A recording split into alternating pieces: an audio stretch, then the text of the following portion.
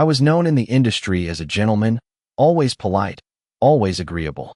After marrying Serafina Dubois, I poured everything I had into helping her build her company into one of the top 500 in the business. But then she gently told me she didn't want me to hold any executive position in the company. Her reason? She wanted to craft the image of an independent, self-made woman and didn't want the world saying she relied on a man for success. I said okay, and so I quietly stepped back and started writing novels full-time. Still, my mother-in-law wasn't happy with this arrangement. She disapproved of a grown man staying home without a real job, convinced the elite wives in our social circle were gossiping behind my back, saying I was a man being kept. So she suggested we fire all the household staff and that I personally take care of Serafina's daily meals and well-being. I smiled and agreed again. Sure. From then on, I threw myself into learning how to cook. I even earned a nutritionist license just to make sure Serafina had meals that were not only tasty, but nutritionally balanced every single day. Until one day, Serafina's executive assistant, Leo, sent me a screenshot from Instagram. It was a post from her newly hired male assistant, Gail. In the picture, a beautifully plated bento, full of vibrant colors and perfectly portioned dishes. I recognized it immediately. It was the lunch I had made for Serafina. The caption, "The mighty queen has tamed the instant noodle demon and rescued the knight with a stomachache." At the same time, Serafina, who almost never updates her Instagram, posted a rare photo. It was just a plain cup of spicy beef-flavored instant noodles with a plastic fork and frame. The caption, "A taste I've missed so much." When I saw all this, I didn't even get angry. Instead, I smiled and calmly commented under her post with a single, "Great." Then I immediately called a large supermarket and cheerfully said, "Please send 100 boxes of spicy beef instant noodles to Dubois Group headquarters."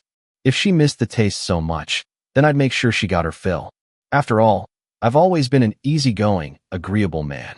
Chapter 1. As soon as I stepped into the house, Executive Assistant Leo sent me a message. It was a screenshot from Instagram. Serafina's new assistant, Gail, had posted a photo of a lunchbox. The food was perfectly arranged: meat, veggies, fish, all nutritionally balanced and clearly prepared with care.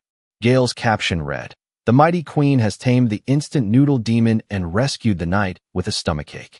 I stared in confusion. Why was the lunch I made for Serafina in her assistant's hands? Before I could process it, Leo messaged me again. "Check Instagram." Still puzzled, I opened the app. One glance and I was almost ready to explode. Serafina, who rarely ever posted anything, had uploaded a photo, too. It was a shot of spicy beef instant noodles and a hand holding a plastic fork. Her caption, "A taste I've missed so much." That ungrateful woman. She gave the meal I carefully prepared to her assistant and went to eat instant noodles herself. Just as I was about to call her and demand an explanation, my mother-in-law's name popped up on the screen. I picked up the call, and before I could even lift the phone to my ear, her voice was already screaming through the line. "Julian, what the hell is wrong with you? Why didn't you prepare lunch for Serafina today? Don't you know she has a sensitive stomach and can't eat spicy food? How could you let her eat that junk?" "Mom, I did make her lunch." "Made lunch? If you really did, why would she end up eating instant noodles?" She cut me off before I could finish. "I just called Serafina. She said you had a meeting with your editor and forgot to make her lunch. You stay home all day writing. You don't even go to the office. All I ask is that you make one meal for her, and you can't even do that, right?" I didn't bother arguing. I hung up, then immediately sent her the screenshot from Gail's Instagram. "You see that? Your daughter fed the lunch I made her to another man." Silence. I felt a tight knot in my chest. I needed to see blood. Serafina, that two-faced woman, gave the lunch I made with care to her boy toy assistant, posted a flirty Instagram caption for him, then lied to her mom and said I never made lunch at all. She was flirting at the office with her pretty little assistant, and yet I was the one getting scolded. She knows spicy food messes up her stomach. She insisted on eating it anyway because she knew I'd be there to wait on her while she lay in pain. Well, then, if she loves that familiar taste so much, I'll make sure she gets more than enough of it. Chapter 2. That afternoon, a delivery truck from the supermarket stopped in front of Dubois Group's main entrance. The workers opened the cargo bay and began stacking box after box of instant noodles in the company's lobby. A young receptionist rushed over in a panic. "Stop, stop. You must have the wrong address. I stepped out from behind the truck, and the receptionist quickly straightened up. Good afternoon, Vice President Alistair. No mistake. This is the right place, I said, pointing at the growing mountain of instant noodles. Find someone to deliver all 100 boxes to President Dubois's office. With that, I walked straight into the elevator. Inside the office, Serafina Dubois looked at the stacks of instant noodles with a furious expression. Alistair Vance, can you stop acting crazy? I only gave him the lunch you made for me because his stomach was upset and he was still eating instant noodles, she said. He's just a subordinate. There's nothing between us. I smiled. Serafina, cheating isn't just about sleeping together. You know exactly what's going on in your heart. You're clearly enjoying this ambiguous tension between you two. You enjoy the way he looks at you with those admiring eyes. There are plenty of people in your company. If someone else had a stomachache, would you also give them my lunch? We've been married long enough. You don't really think I don't know what kind of person you are, do you? You posted that Instagram, and immediately your mom came at me demanding an explanation. Tell me, what exactly did you say to her? Just then, the door opened. Gail walked in, wearing a t-shirt, denim jeans, and black canvas sneakers. Sunny boyish. Not my type of person at all. Mr. Vance, your coffee. Without hesitation, I grabbed the coffee and threw it on him. Startled, Gail should have stepped back to avoid it, but instead he stumbled straight into Serafina's arms. Serafina caught him and immediately snapped, her face flushed with anger. Alistair, what is wrong with you? This is the office, not your house. No one's going to indulge your tantrums here. I sneered as I looked at the two of them practically tangled together. Go ahead, hold him tighter. Put some real effort into it. Maybe your queen will finally divorce me and promote her stomachache-prone night. The two of them turned red and quickly stepped apart. I pointed at Gail, now soaked with coffee. And you still have the nerve to say there's no favoritism? What did he just call me? Mr. Vance? Am I not still the vice president of this company? Or have you already fired me behind my back? Was that title, Mr. Vance, something you told him to use? Are you trying to suggest I'm irrelevant now? Every male employee in this company wears suits. The dress code clearly says white shirts and dark ties. Even I have to follow it. What's with his getup?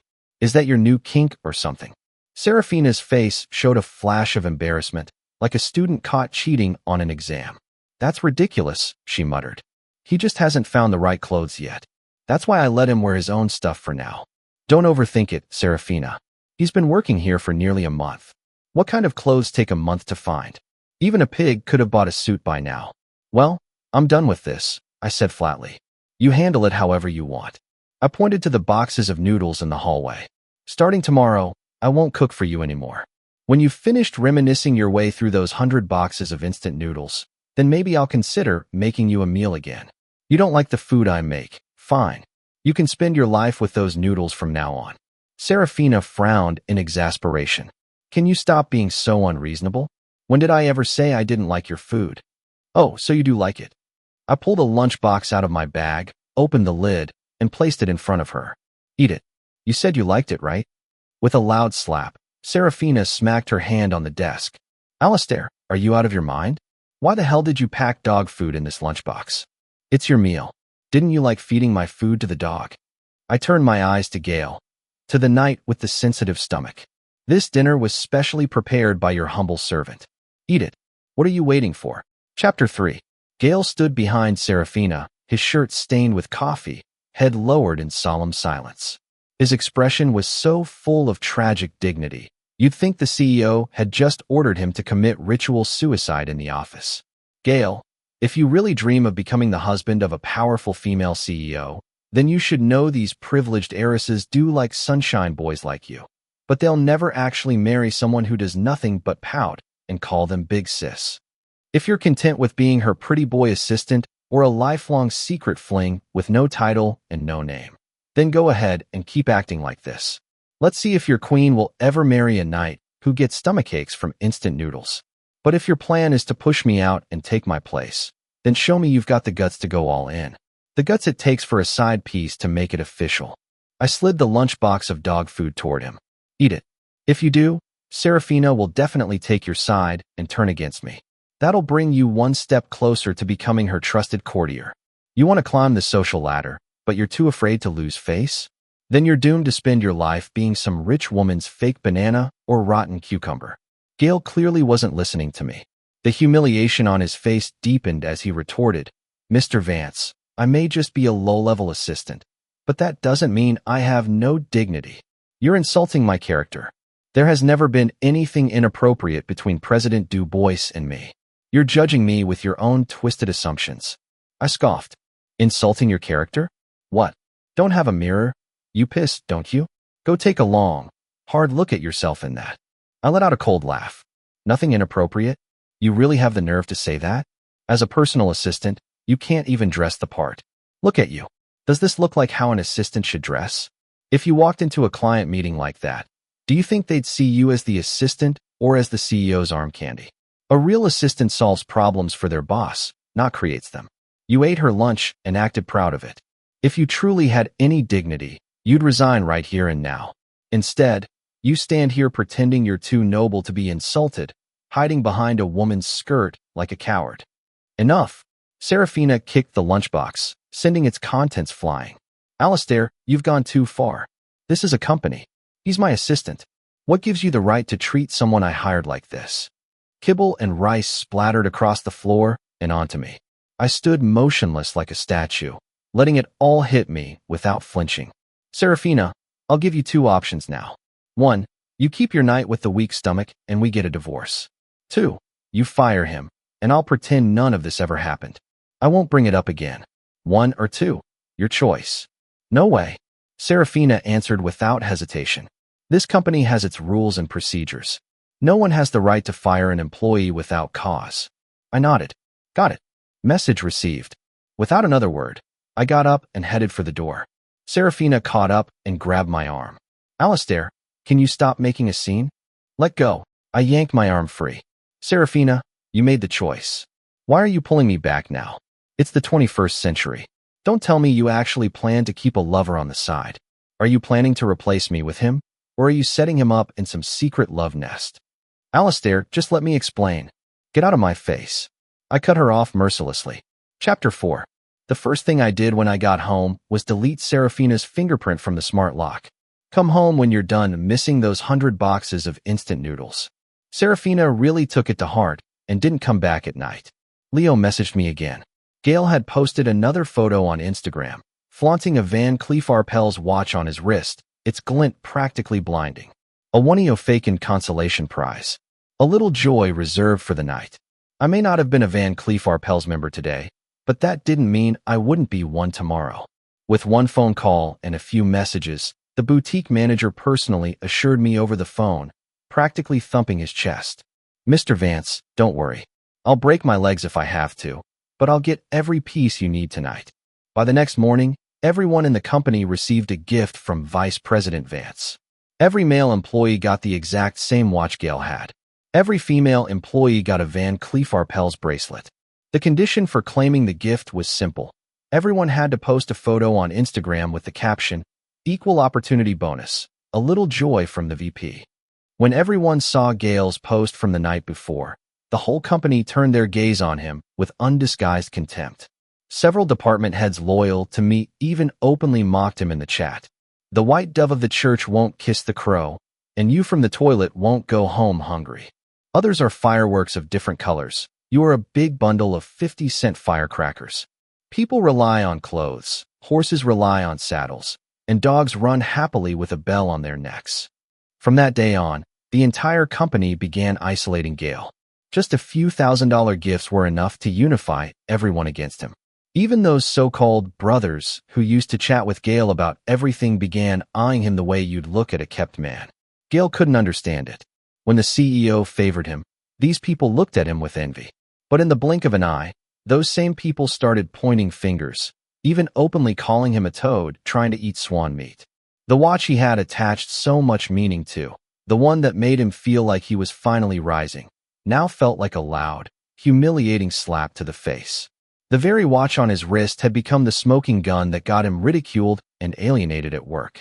With a long face, he knocked on Serafina's office door and laid the watch on her desk. "President Du Bois, I appreciate the gesture, but I think you'd better take this watch back." Chapter 5. Since we got married, this was the worst fight Serafina and I had ever had. She stormed back home, and right in front of me, smashed the jade screen carved with our wedding photo. Then she shattered the custom porcelain pearl I had commissioned from Jean-Luc Moreau. Alistair, how did I never notice how petty you are? You're seriously jealous of an assistant? He's just a fresh college graduate. Did you really need to make such a big deal out of it? I already told you nothing is going on between us. Why won't you just let it go? I calmly looked at the wreckage around the room, as if none of these broken pieces had anything to do with me. Nothing is going on. I stared directly into her eyes. If he's feeling sick, your job is to give him time off to get checked out, not to use the lunch I made for you as bait to flirt with some boy toy. That watch might be just pocket change to you, but to him it's worth several months of salary. Out of everyone in the company, why did you give it to him? Serafina defended herself with confidence. Because you jumped to conclusions and made him feel humiliated. I was afraid he'd start talking crap outside, so I gave him the watch to smooth things over for your sake. Oh, really? You think I need you to clean up after me? I'm a grown man. I can own up to my own actions. Serafina, stop acting like your conscience is spotless. Do you really think I don't see through your little dirty games? You see every Instagram post he makes. You really can't tell he's dropping hints? You're enjoying this vague, responsibility-free flirting. You just want to feel desired by someone who looks at you like that. You know I see his posts. You know they piss me off. You know defending him hurts me. But you still let it happen. You even came home and picked a fight with me for him. So now you've got two men fighting over you. Feeling smug, feeling irresistible. I pointed at the shattered mess on the floor. That screen, my dad gave us that before the wedding. It was carved from a single piece of jade and took almost 3 months to make. Those porcelain vases you smashed, I worked with the craftsman, learning every step of the process, engraving our names on them by hand. And that jade fan with both our names on it, you didn't even hesitate when you stomped on it. You destroyed everything that symbolized our marriage. So tell me, what exactly is that supposed to mean? As I spoke, the fury drained from Serafina's face, replaced with panic. Alistair, let me explain. No need. I cut her off. I get the message loud and clear. I grabbed the heavy crystal ornament from the table, and I have a self-harming streak. Go ahead, file for divorce. Chapter 6. By the time my in-laws arrived at the hospital, I had just finished getting my wounds bandaged. My head was wrapped so thickly in gauze, left and right, that I looked like a crown prince from some oil-rich kingdom. My mother-in-law was startled the moment she saw me like that. Alistair, are you insane? You did this to yourself? Who are you trying to threaten? Can't people sit down and talk things through anymore? Does it have to come to bloodshed for you to feel satisfied? I sneered. Don't worry. I don't hit women, and I'm not using this to blackmail your family. What the hell happened? Why did things escalate this far? I turned to look at Serafina, who was quietly picking at her fingernail. Don't you think you owe them an explanation as to why I would hurt myself? Serafina stayed silent and turned her head away. Fine. If you won't say it, I will. I pointed at my father-in-law, who'd been silent the whole time. Mom, actually, this fight was all because of my dad. He's been hiding something from you. My father-in-law's I twitched. Me? What the hell would I be hiding from your mom? My dad recently met a woman in her 40s. When you're not home, he invites her over for dinner and even buys her jewelry. I've seen it more than once, but he keeps telling me not to say anything to you. He insists they're just friends and nothing has happened. When I told him I would tell you, he got mad and told me to mind my own business. My father-in-law looked like he was about to explode. Alistair, is this how your parents raised you? To slander me in front of your mother-in-law? Shut up. My mother-in-law suddenly let out a shriek, startling everyone in the room. Well, Mr. Dubois.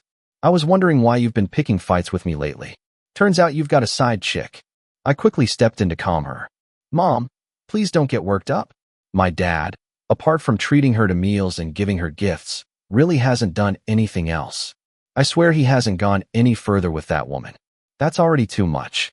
Even thinking about it is already cheating. Her face flushed red with rage. Cheating is cheating. Doesn't matter if it's physical or emotional. What? Are there shades of cheating now? Dark green versus light green. Mom, come on, be the bigger person. You divorced my dad over something so small. And besides, this is his first time making a mistake. Maybe you could just forgive him. She glared at me. Forgive him? And why the hell should I forgive him? If I forgive him now, I might as well move out and make room for that little slut. My father-in-law turned green with rage. Don't listen to this brat.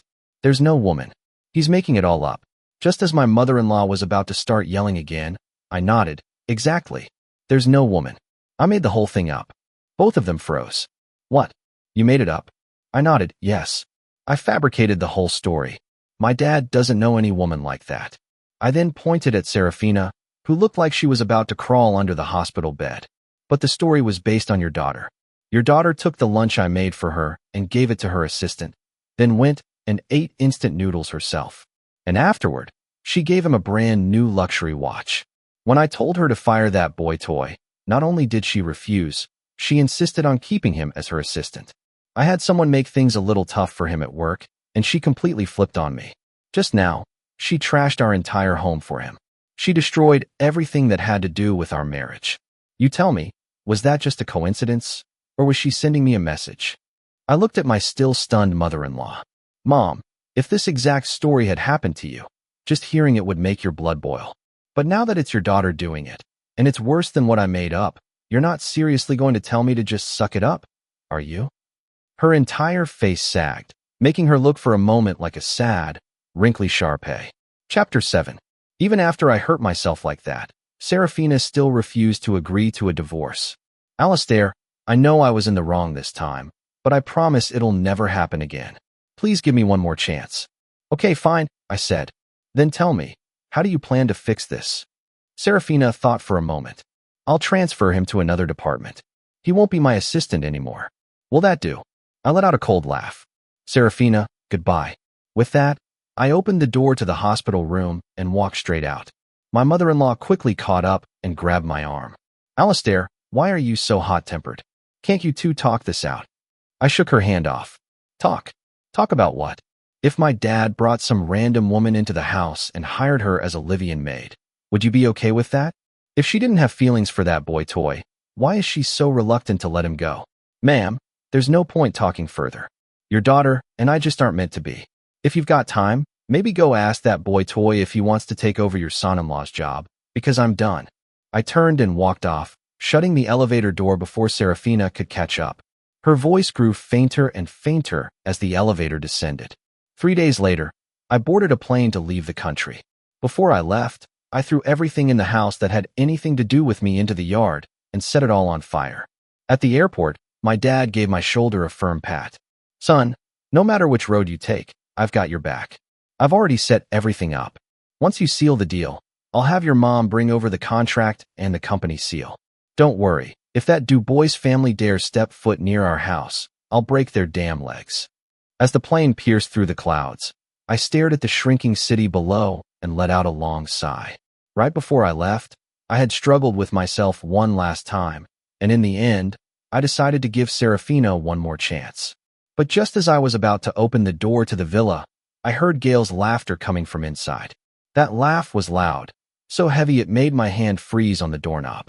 Through the window, I saw Gail sitting smugly on the living room couch, feeding sliced apples piece by piece into Serafina's mouth. My mother-in-law sat on the chair across from me, her face scrunched up in laughter, all her facial features squeezed together just like an anus surrounded by irregular folds.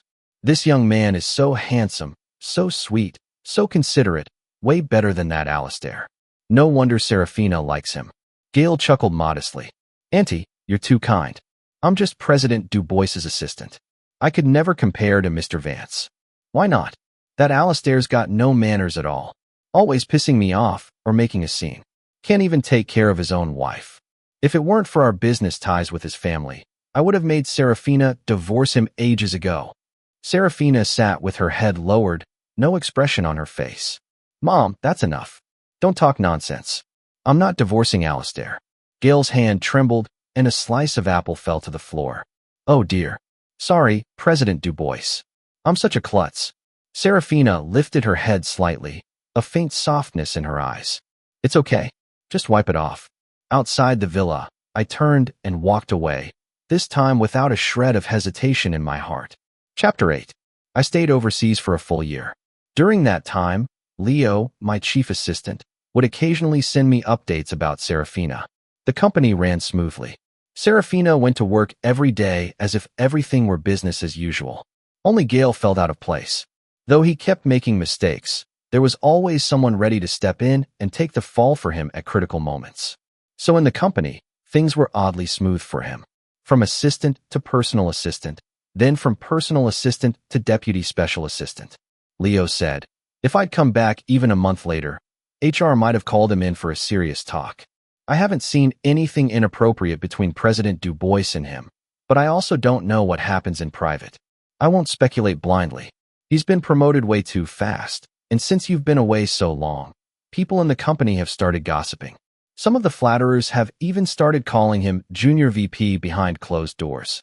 Oh right, President Du Bois goes back to the family estate every weekend. Gail goes, too, but he doesn't stay overnight. Looking at Leo's messages, I could tell he probably wasn't having an easy time. If it weren't for the task I had given him, he likely would have resigned a long time ago. Don't push yourself. There's already a spot waiting for you at Vance Corp, Executive Vice President. The moment you want to come over, you can quit. Leo replied with a smirking emoji. I knew you were coming back, so I submitted my resignation yesterday. I sent him a handshake emoji. Welcome to Cuck Corp, Vice President Leo. After finishing my chat with Leo, I opened the message window with Serafina. Over the past year, she had called me countless times, but I hung up every single one. Eventually, she started calling less and less. In the past 3 months, she had almost stopped calling altogether. She knew I had people planted in the company, yet she still brazenly promoted the utterly incompetent Gail to executive assistant, which meant she wasn't even trying to hide it. She didn't care if I found out. That left only 2 possibilities. Either she had completely given up on me, or she really had no romantic intentions toward Gail. And it was just a standard boss-employee relationship, but she was far too careless. Because while I didn't have anyone stationed at the Du Bois family estate, Leo did. Staring at the empty chat window, I sent her 2 words. I'm back. You've got 2 days. Clear out anything that doesn't belong in the villa. If I see something I shouldn't, I can't guarantee what I might do. The moment the message was sent, I saw the status bar change. It stayed on typing for nearly a full minute, like someone caught red-handed. Then finally, Serafina replied with just 1 sentence. All right, I understand. Chapter 9. After I landed, my dad personally came to pick me up from the airport. I stayed at my parents' place for 2 days and gave my father a detailed report about the developments abroad. On the 3rd afternoon, I drove back to the villa. But before that, I made a stop at the Du Bois family estate. I still had a room there. Some of my things needed to be collected. When I opened the villa door, Serafina was having dinner with her parents. The 4 of them were happily chatting like a close-knit family. Gail was sitting in the spot I used to sit, saying something that made my mother-in-law burst into laughter. He now carried himself with the air of a full-fledged Du Bois family son-in-law. My unexpected arrival caught everyone off guard. Both my mother-in-law and Gail froze. The smile stuck on their faces like masks. Serafina jumped up instantly, like a kid caught sneaking a stray dog home, her face full of awkward embarrassment. My father-in-law, on the other hand, didn't react much. The man's got terrible eyesight and never wears glasses. Within 5 meters, he can't tell male from female. Past 10 meters, people and furniture are all the same. Once he realized it was me, a flicker of displeasure and reproach flashed through his eyes, but he didn't say anything. Oh hey, dinner time. As I passed by the table, I casually reached into Serafina's bowl, grabbed a peeled shrimp, and tossed it into my mouth like I had just been there earlier that morning. Go ahead and eat. I'm just here to grab a few things. I'll be gone in a sec. Ignoring the people at the table, I headed straight upstairs, packed up the things from my drawer into a bag, and turned to leave, only to find Serafina standing in the doorway. Alistair, I gently pushed her aside. No need to explain. As I walked past her, she grabbed my arm, eyes shimmering with unshed tears. Honey, I missed you so much. I didn't pull away. I just patted her on the shoulder. Let go. Your boyfriend's watching. Serafina stiffened. She turned her head and saw Gail standing at the stairwell, staring at us. A flush of embarrassment rose to her. Honey, please let me explain. This isn't what you think. It's fine. Don't you bring him to the family estate every weekend? I already know, I said. I patted her cheek and gave her a rehearsed, hollow smile. No need to explain. Then I walked downstairs without another glance. As I passed Gail, I didn't even look at him once. I left the Du Bois family estate and got in my car. Serafina ran out after me. Honey, wait. Before I could lock the door, she yanked it open. Alistair, listen to me. Her words died in her throat. Her face froze with shock, like she'd been hit with a paralysis spell. She stayed there, gripping the car door, unmoving, eyes locked onto the inside of the car. What? What is this? In the passenger seat lay a contract. On it, the bold, unmistakable Sword Shield logo stood out. Oh, that. I picked it up and waved it at her, unable to hide the pride in my voice. That's the raw material supply contract I finalized. From now on, all domestic supplies will be handled exclusively by Vance Corporation. I gave Serafina Du Bois, still frozen in place, a polite smile. Relax. I'll supply Du Bois Corp at the original price. And please, close the door on your way out. Thanks. Chapter 10. Serafina lost it. She was tailing the nanny van in her car, with her parents right behind her, and Gail's flashy red Ferrari at the end of the train, sticking out like a sore thumb. I didn't care about this little convoy tailgating me like boxcars. I let them follow me all the way to the villa. Once back home, I ignored the tails behind me and went straight upstairs to shower. Before heading up, I made sure to casually place the signed contract right on the living room table. When I came back down, I saw my in-laws pacing around the living room like they had hemorrhoids. Couldn't sit, couldn't stand still, just aimlessly walking in circles. Serafina grabbed my hand. Alistair, what is going on here? What do you mean? Serafina was clearly getting anxious. She pointed at the contract on the table. This contract. I'm talking about this contract. What is this about? I told you, didn't I? I spent this past year abroad working on that. Took a lot of effort to close the deal. No pressure, though. I'll give Du Bois Corp the same prices as before. Alistair, what kind of bullshit are you saying? My mother-in-law was panicking for real now, scolding me, but unable to peel her eyes off the contract. You're doing this to drive Du Bois Corp into a corner, aren't you? Well, now look at you, sharp as ever. That's a brilliant move. Why didn't I think of it myself? She was fidgeting like a bug on a hot pan. Alistair, you and Serafina are a married couple. Your father and I have always treated you like our own son. You can't destroy us like this. When did I say I was trying to destroy you? That's not good enough. Words don't mean anything. You have to put it in writing, or I won't be at ease. My father-in-law nodded. Exactly. Give us something in writing. We need reassurance. Seeing my mother-in-law push her luck, I took a step back before she could grab me. Don't act like we're one big happy family. Your daughter and I are getting divorced. Both of them immediately turned to look at Serafina. Serafina shook her head like a rattle drum. Alistair, when did I ever say I was agreeing to a divorce? When? Maybe around the time you started keeping that boy toy around. The villa door suddenly swung open. My dad marched in, face like thunder, glaring at the Du Bois like he was ready to tear them apart. This villa was bought by me. This is my house. I don't want any of you here. Get the hell out. My mother-in-law didn't dare speak tough now. Sir, please, let's talk this through. The kids just had a little disagreement. It's not serious enough for divorce, right? Not serious enough? My dad's eyes widened. Where were you when your daughter was keeping that boy toy around? Where were you when my son was sharing Vance Corp's orders with your Du Bois Corp? And now that my son's back with full distribution rights, what are you doing? He pointed to the red Ferrari parked outside. Dragging your toy boy here to negotiate? Wow, the Du Bois family really has some open-minded values, huh?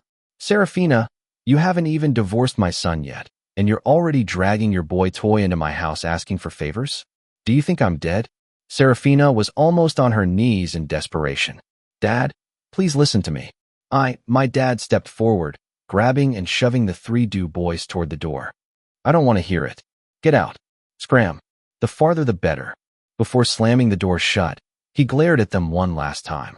Mark my words, if you want access to the materials, fine, but don't piss me off, or I'll make sure your whole family ends up begging with canes at the train station.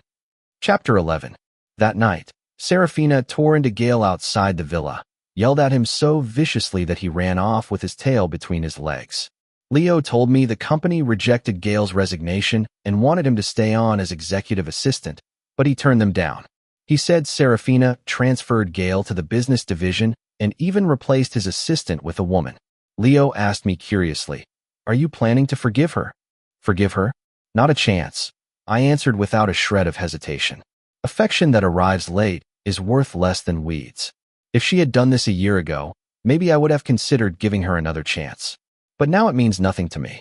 I'm not the type who eats someone's leftovers.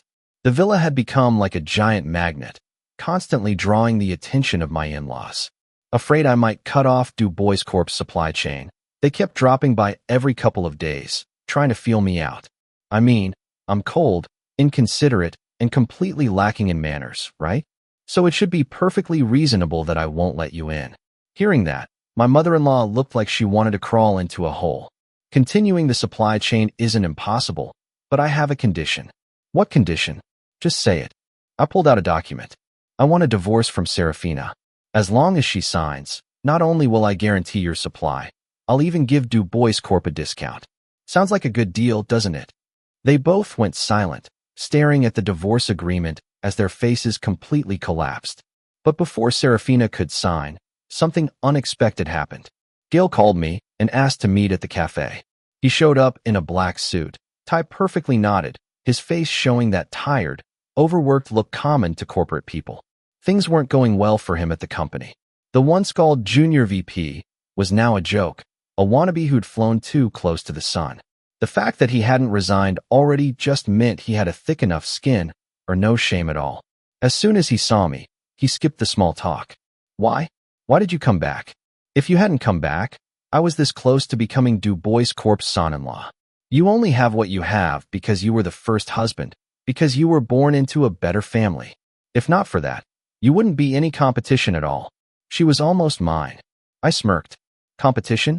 You seriously think you were ever competition? You're really overestimating yourself. Weren't you the one who said you liked Serafina for who she is, and that titles didn't matter? So why are you so desperate to move up now? Gail's face twisted in rage.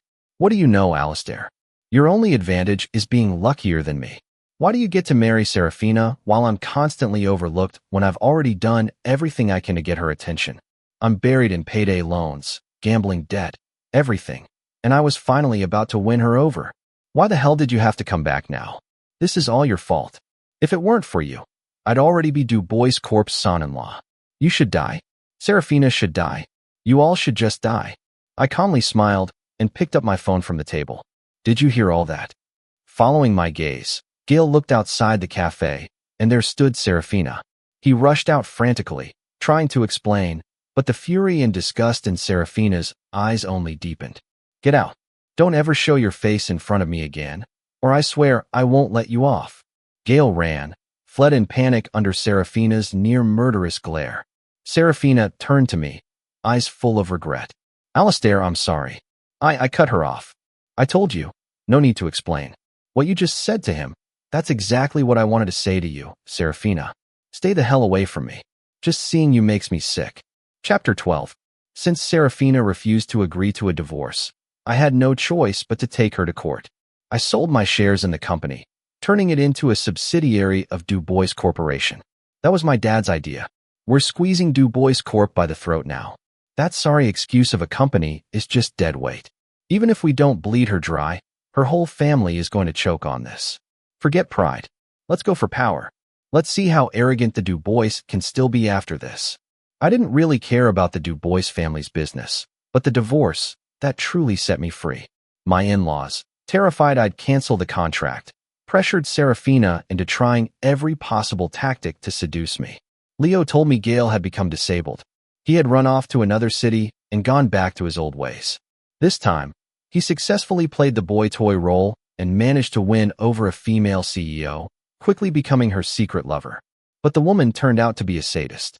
During one of her violent sessions, she accidentally injured one of Gail's eyes, leaving him partially blind. Afterward, she tossed him aside like trash, handing him a few thousand yuan as hush money.